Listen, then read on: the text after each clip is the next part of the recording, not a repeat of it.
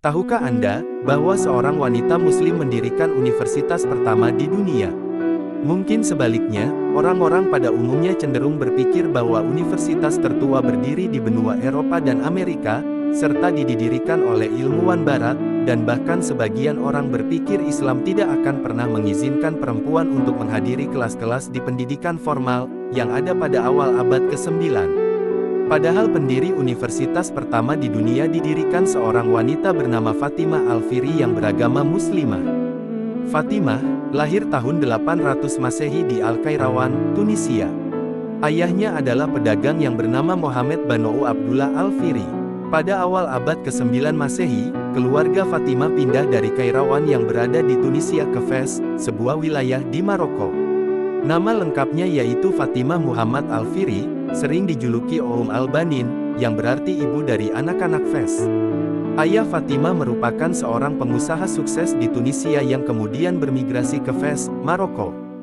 Fatimah Al-Fihri hidup dalam keluarga yang sangat kaya dan keturunan bangsawan.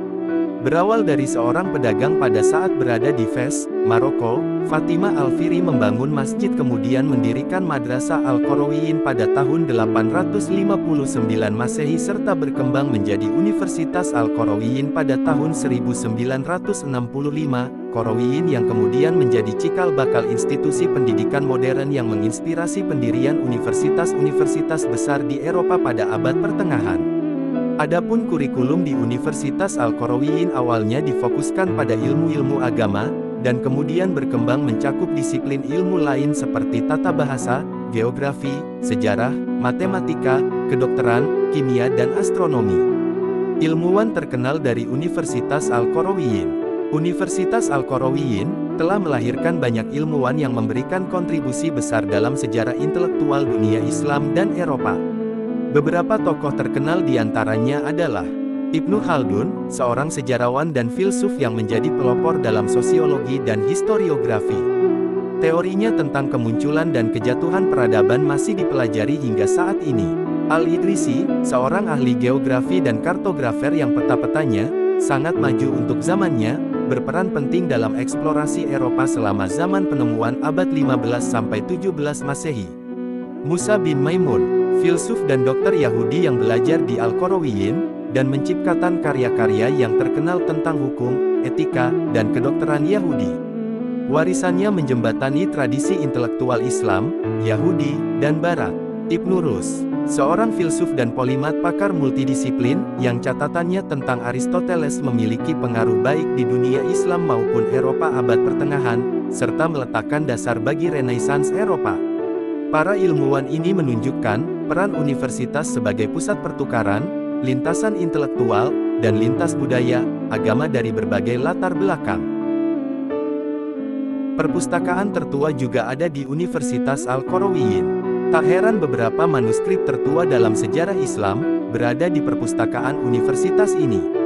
Salah satunya terdapat Mushaf Al-Karim abad ke-9, salinan lama Al-Quran catatan abad ke-10, tentang kehidupan Nabi Muhammad dan buku-buku teks karya sarjana abad ke-12, Ibnu Tufail, yang disimpan dengan aman di dalam dinding perpustakaan. Pengaruh besar Universitas Al-Qarawiyyin. Pengaruh Universitas Al-Qarawiyyin melampaui batas geografisnya. Pada abad pertengahan, universitas ini menjadi penghubung penting bagi transmisi ilmu pengetahuan antara dunia Islam dan Eropa. Banyak ilmuwan Kristen dari Spanyol dan wilayah lainnya datang ke Al-Qarawiyyin untuk belajar, dan pengetahuan yang mereka peroleh memainkan peran penting dalam membentuk Renaissance Eropa. Universitas ini terus berjalan hingga kini, dengan kurikulum yang telah berkembang meliputi ilmu-ilmu modern selain studi Islam tradisional. UNESCO dan Guinness World Records mengakui Al-Qarawiyyin sebagai institusi pendidikan tertua yang masih terus aktif hingga kini, dan warisannya menjadi memori yang terus melekat akan bagaimana wakaf dapat menciptakan dampak sosial dan intelektual yang luas serta berkepanjangan. Universitas Al-Qarawiyyin merupakan bukti visi dan kemurahan hati Fatimah Al-Fihri, yang wakafnya terus memberikan manfaat bagi umat manusia lebih dari 1000 tahun setelah didirikan. Dengan memanfaatkan kekuatan wakaf, Fatimah Al-Fihri tidak hanya memberikan kontribusinya untuk Islam, tetapi juga meletakkan dasar bagi sebuah pusat intelektual dan budaya yang maju dan berkembang, yang akan membentuk dunia Islam, Eropa dan dunia. Warisan ini mengingatkan kita semua akan kekuatan dari pemberian amal yang diniatkan untuk pendidikan dan maslahat bersama. Wakaf Fatimah Al-Firi bukan hanya kontribusi untuk zamannya saja, ini adalah hadiah bagi dunia yang terus memberikan manfaat hingga saat ini.